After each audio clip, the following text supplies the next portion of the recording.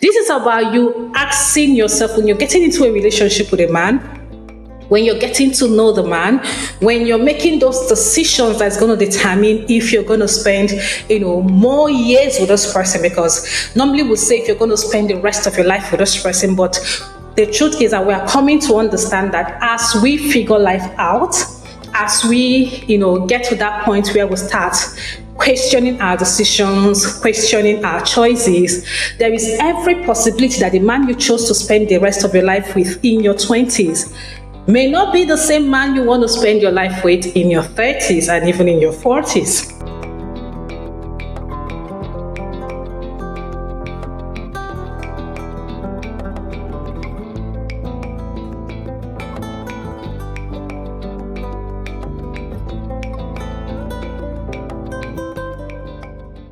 Hello friends, hello you guys. If you're seeing this face for the first time, my name is Kemdy, and this is the Unspoken Script episode 4. In our last video, we talked extensively about the real maturity test, and if you have not seen that video, I'm going to leave a link somewhere so you can go check it out. Today's video, we said we're going to be talking about the value-add audit, right? We're going to be talking about how to audit your man, the man you're getting into a relationship with, the woman you're getting into a relationship with. But for the purpose of this episode, we are sticking to the women because it's all about the women. Now, a disclaimer, let me say this because I realized I didn't say this in all of the other videos. This is not a battle between men and women.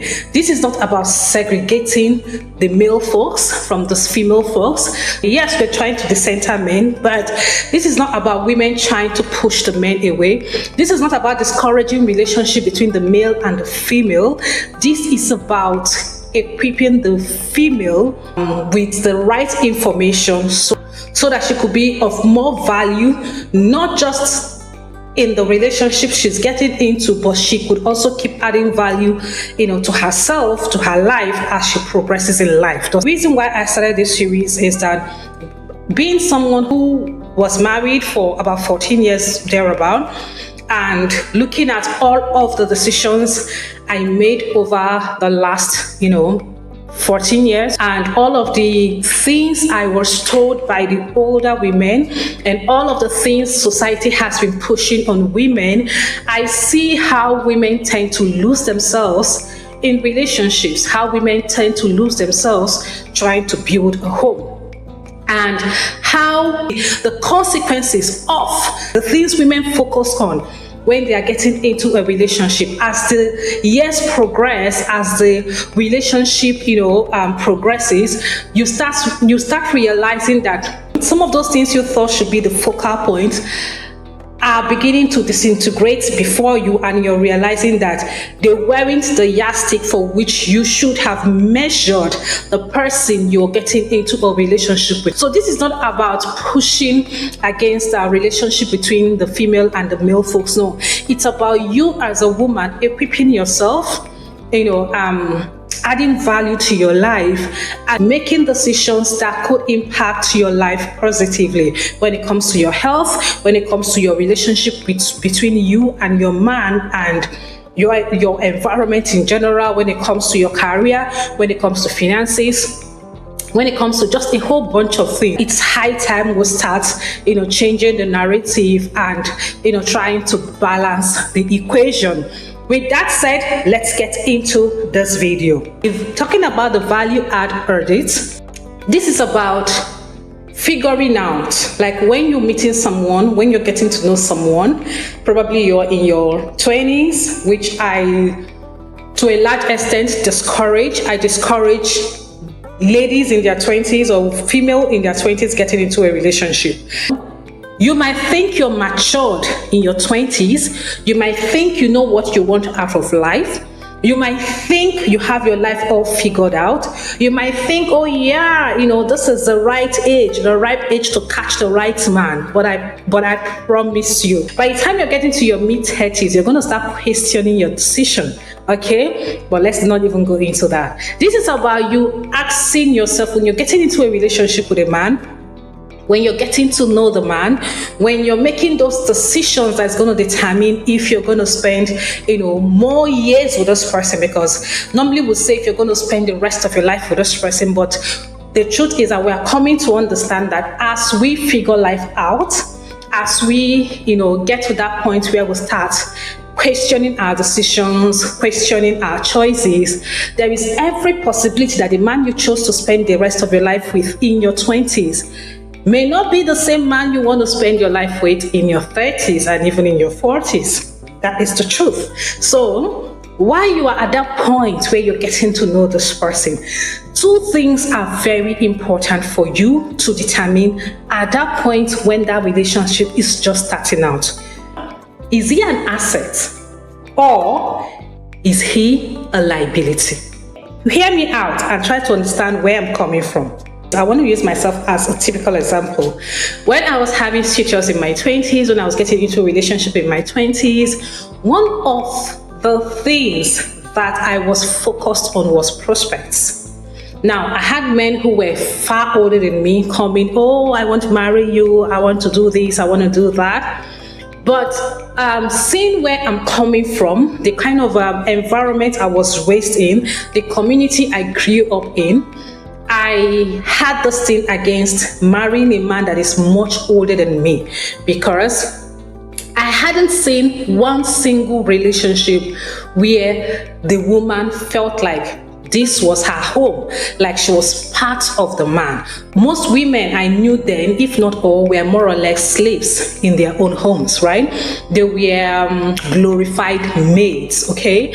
And the men who were claiming to be kings in the lives of those women, the men who were claiming to be the head and be the, whatnot, as far as I was concerned, had nothing to write home about. Like, their lifestyle, their, the way they treated the women, the way they acted in public, the way, they talked, the way they even treated the woman behind closed doors. Because if you remember then, we used to live in compounds, and compounds then, it's still the same thing now, but the difference is that most houses, not all, most houses now are more or less like flats, apartments, where you have your own private kitchen, your own private bathroom, and all of that. It doesn't matter if it's one room, two rooms, whatever.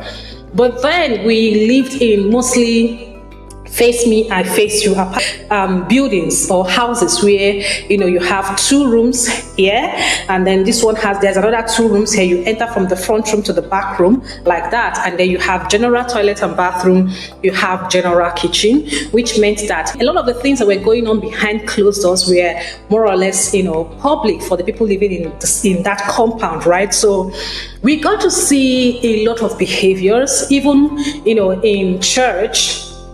We got to see how a lot of men behaved, and that personally put me off when it comes to getting into relationships with men that were far older than me, because I felt like they were going to be forming like they were the bosses, while I'm here to serve, if that makes sense. So I wanted a relationship where there was that equal partnership, friendship, we play together, we laugh together, we cry together, we build together. That was the mindset I had. And what I always looked out for was prospects, someone who had some level of education, someone who had some level of exposure, someone who I felt, saw life a little bit differently from how the average man back in the days saw life, which I used to say back in the days, but I realize that it's still very common to today. A lot of men have not changed their mindset when it comes to life in general. The mentality a lot of people have, and it's not just the men, it's like a societal problem, right? It's the society in general. The mindset we have when it comes to male and female relationship, it's I digress. But then when I, started looking at all of that, I told myself I needed someone who would give me the chance to be part of his life, right? And so what I was looking at was, does he have an education? Does it seem like someone who is ready to work hard? Does it seem like someone who is open to advancement. He wants to experience life more. He wants to explore.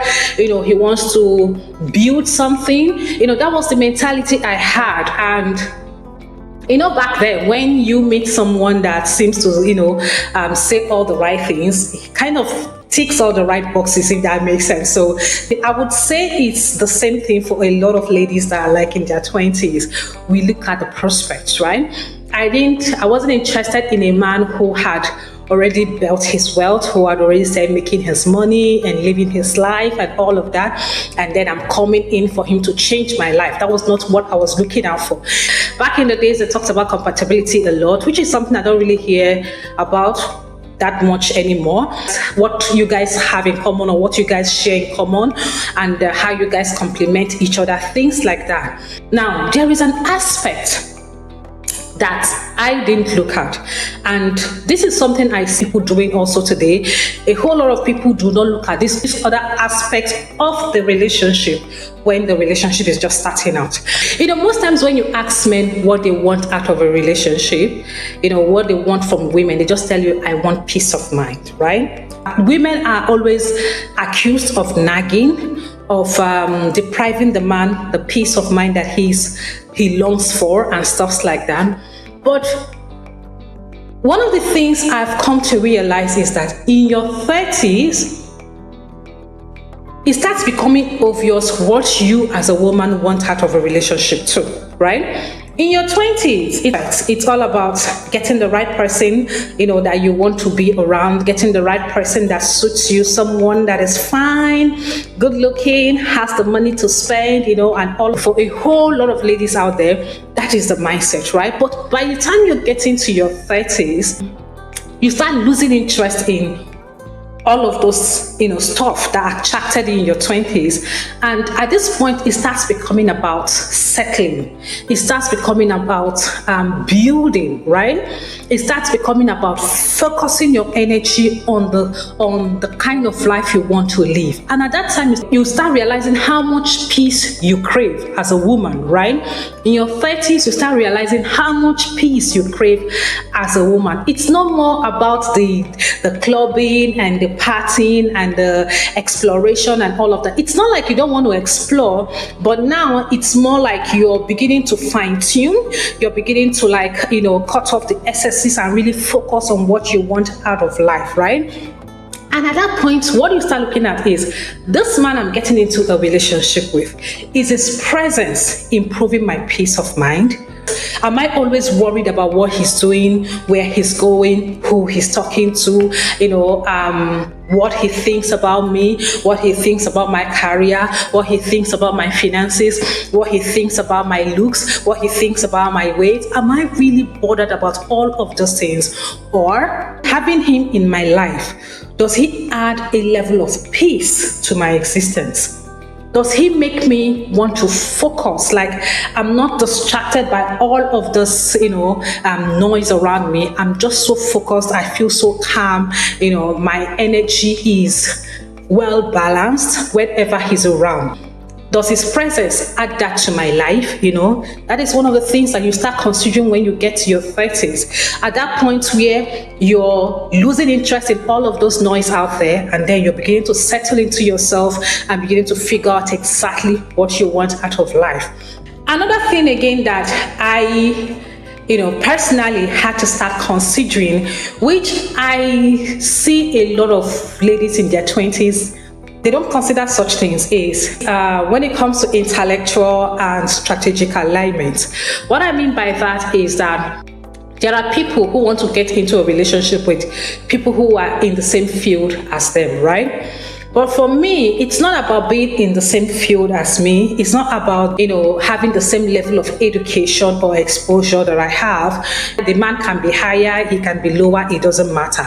My focus is, does his presence add to my intelligence? Because there are people that when they come into your life, the kind of energy they bring in, the kind of things they do, the way they reason, the way they interact, kind of starts dimming your intelligence, right? He kind of starts making you, whenever you're around him, he doesn't want you to speak more than he does. He doesn't want you to outshine him. He doesn't want you to, show your level of intelligence. He doesn't want you to, like some men would, when they start dating you or when they get married to you, if you're working, they want you to leave the job and come back home and just stay home and become a full-time housewife. They don't want you to, get involved in intellectual work. They don't want they just want you to stay home. They just want you to give up all of those, all of those studying, all of those work meetings, anything that improves your intelligence. They just want you to just stop it, just stay home and raise the kids. They just want to be the ones that shine. They want to be the ones that are listened to. They want to be the voice that everyone hears. They don't want you speaking, right? So when you're getting into a relationship and we are talking about the value-add audits, if you're auditing the presence of the man in your life, one of the things you should be asking yourself is, does he align with you when it comes to intelligence? Does he allow you be yourself? Is he comfortable? Not allow you, right? Not to allow you. Let's take away the word allow you, because he is not meant to allow you, right? He's meant to be comfortable. So is he comfortable being around you when you talk, when you have intelligent conversations, when you get into work meetings, when you pursue whatever it is that you want to pursue? Is he comfortable with that? Because there are men who, not just there are men, a lot of men are not comfortable. A lot of men will say, I can't have her any more than I do. I can't have her having her own money. I can't allow her have her own money. I can't allow her be independent, because that means that she's going to outshine me. She's going to rise above me. And for that reason, they try to suppress you, right? So does he try to suppress you intellectually, or is he comfortable allowing you to shine and just be yourself? Okay, this is a very important audits that you have to carry out. You have to figure this out. And this is what happens when you are in your 30s, because in your 30s, you start asking the right questions. In your 20s, anything goes, right? As long as his physique complements yours, as long as his pockets, his bank account complements yours, complements yours in the sense that if you don't have, he can pay the bills. As long as, what's that thing again we're talking about? Like, his social status, it's something to write home about, you're good with that. But in your 30s, you start asking all the right questions. Does his presence bring you peace or add to your peace? Is he comfortable with your intelligence? Very important. I don't know if anyone has experienced this, but this is something I have experienced to a large extent, not just in my personal relationship, but with being around people. There are people you'll be around, and you tend to become less productive. Your ideas starts dwindling. You don't really get as much ideas as you used to have. You don't really, do the things that kind of excites you anymore, just by having them around you, right? Now, this is a very important question. How many of you have been in that space where you have had to do business and, you were given, let's say, for example, 10,000 naira to start business with, and in 6 months, you're able to turn that 10,000 to 50,000 naira, right? That's the force multiplier effect. Now, let's bring it down to emotional, relationship. Does his presence bring that multiplication effect into your life, in the sense that if you're someone who is optimistic, do you stay optimistic, or do you start becoming pessimistic? I don't know if that makes sense, because sometimes people wonder, how can someone be optimistic and then all of a sudden the person is becoming pessimistic? The truth is that there are people you have in your life, there are energies you welcome into your space that kind of starts dwindling you in that aspect, in the sense that if you're someone who is always excited about life, if you're someone who is always out to explore, if you're someone who is always ready to learn, if you're someone who is always productive, trying to get things done, if you're a builder, you're a planner, you're a strategist and all of that, then you welcome this man or even woman, but we're talking about men. You welcome this man into your life whose energy starts dwindling yours, right? Starts making you, probably because of the way he talks, probably because of the way he looks at you, probably because of the way he treats you, the way he behaves, the way, just his general presence around you kind of makes you start losing interest in the things you've always had interest in. Kind of starts making you lose interest in your relationship with people, in your friends, in your business, in your career, in your all of those hobbies that you enjoy, things you enjoy doing. His presence kind of starts taking away from you and making you lose interest in all of those things. Instead of multiplying that force, that energy you carry, instead of multiplying it, instead it starts dwindling it, it starts reducing it, it starts making it less effective, if that makes sense. So this is something you need to ask yourself. Does his presence add to that multiplication effect? Does he make me excited about life and make me want to do the things that I've always wanted to do? Or anytime he's around, do I feel the need to just kind of shrink into myself and just not want to do the things I want to do because I'm not ready to deal with his negativity, I'm not ready to deal with his coding, I'm not ready to deal with his complaints, I'm not ready to deal with whatever it is that he does. These are questions you need to ask yourself. Another thing again that we are going to be analyzing, or you should be asking yourself, is does his presence add balance to my emotional labor? Right? This is a very tricky one because but in one of the videos I talked about how we are told that men are our first child, especially if you're married, the man is your first child. So you need to tolerate his excesses, you need to comfort him, you need to respect him, you need to do all the right things in order to make him happy, you need to provide that space he needs to thrive in and all of that. But the truth is that we all are dealing with something every single day, right? Life is life for every single one of us. And the last thing you want to do is to be in that space where you're dealing with your own emotional labor and dealing with his own emotional labor, right? Does he balance it out, or does he put you in that space where you're having to beg, you're having to ask for forgiveness, you're having to wonder what you've done wrong, you are always crying, trying to get his attention and stuff like that? Or is he always ready to whatever issues you guys are having, whatever it is that is going wrong, is he always there to support? Is it always there to share the emotion with you in the way that you don't feel overwhelmed? Or are you carrying your own emotional labor and also dealing with his own emotional issues, right? We've known a lot of men that throw tantrums. You're left to deal with it. You're left to figure out what exactly is going on with him. You're left to try to understand him so that you know the right time to speak and the time not to speak. You know when he's happy and when he's not happy and stuff like that, right? So does he balance out your emotional labor, or does he leave everything for you to deal with? There have been situations where as a woman you might be going through some very deep issues, and a lot of times we've seen situations where men don't really pay attention when their women are going through when their women are going through different things, maybe dealing with issues in their lives. A lot of men don't really pay attention.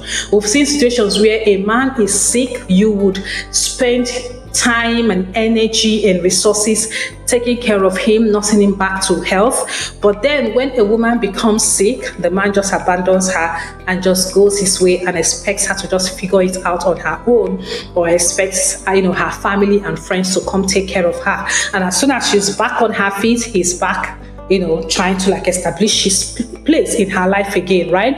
But at that time when she needed him the most, he's nowhere to be found. Like I said earlier, the essence of this video is to help women start paying attention to the right things from earlier, in the relationship, rather than focusing on the wrong things and then later realizing that, oh, if I had paid attention to these things, probably I would have made a different decision.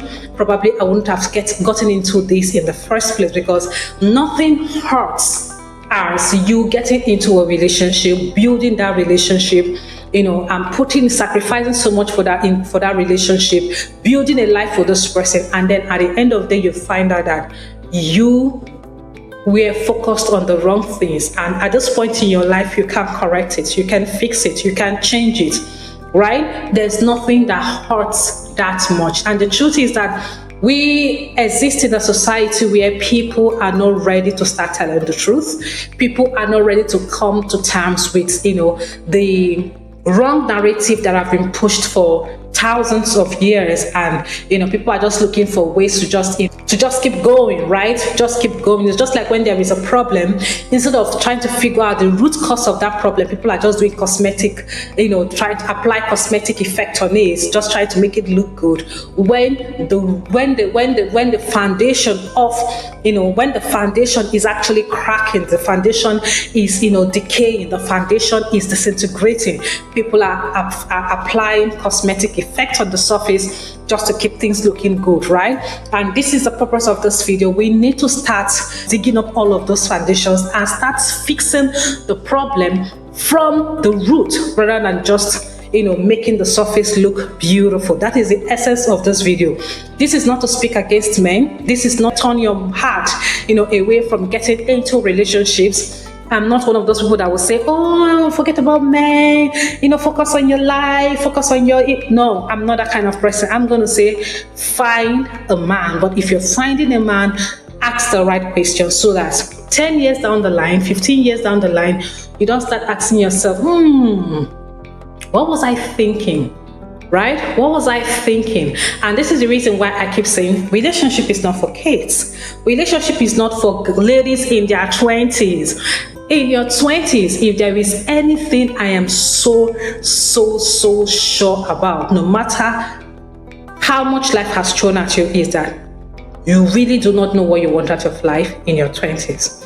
Wait till you get to your 30s. You start realizing that some of the decisions you made when you were 20s, you'll be like, I think something was wrong with my head. I think I wasn't emotionally stable when I made these decisions. Anyway, I want to say a big thank you.